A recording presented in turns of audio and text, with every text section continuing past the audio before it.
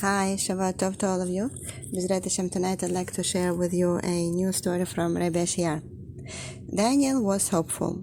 For a while he had been looking into different banks, researching which would be most likely to approve the loan he planned to take out for his house. Finally, he settled on one bank and made plans to approach the local branch. On the day of the meeting, Daniel was filled with nervous anticipation. So much hinged on the upcoming conversation. He approached the heavy glass doors of the bank, took a deep breath, and stepped inside. At first, things seemed to be going well. The manager, Saul Cohen, was friendly enough and helped Daniel with the initial paperwork. But after over an hour of discussion, he was still non-committal. "Someone from our team will give you a call over the next week or so," he said, shaking Daniel's hand and firmly ending the conversation. Daniel left with an uneasy feeling. A week went by, and still no call from the bank. With a heavy heart, Daniel decided to call the bank. He was transferred from one extension to another until finally someone told him the words he didn't want to hear.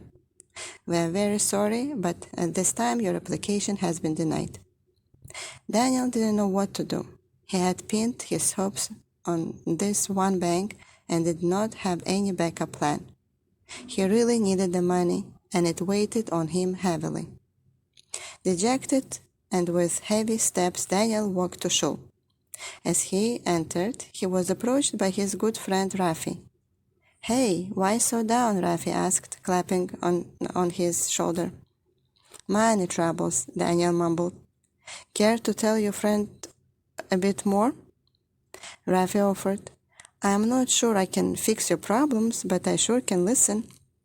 Rafi was so sincere that Daniel found himself pouring out his troubles. He described the long drawn-out application process and the subsequent denial. "I need this mortgage very badly," he stressed.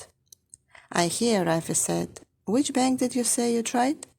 Daniel told him the name. "Who is the manager there?" Rafi pressed. "Saul Cohen." "Saul Cohen?" Rafi exclaimed.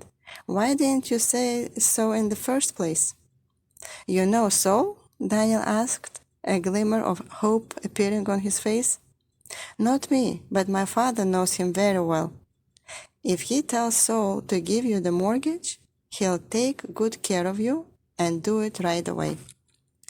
The very thought energized Daniel, and he sprang to his feet. "Come on, what are we waiting for?" he said. "Let's go right now." "As it so happens, now is the perfect time," Rafi said, returning Daniel's grin.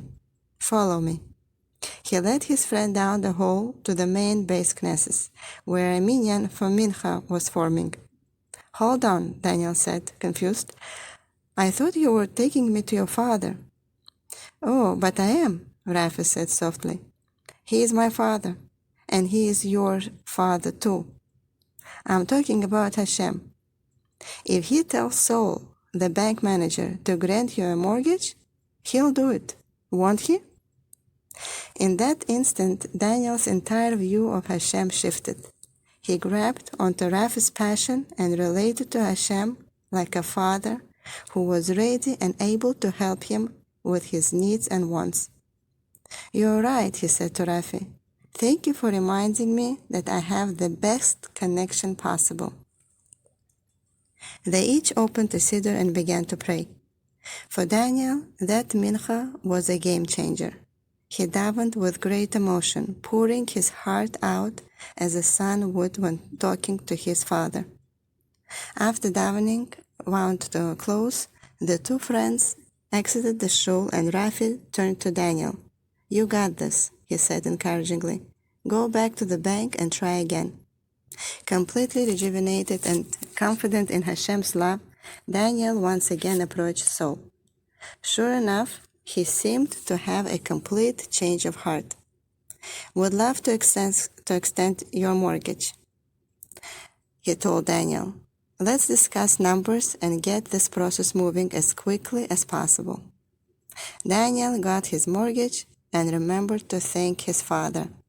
Truly, a connection to bank on.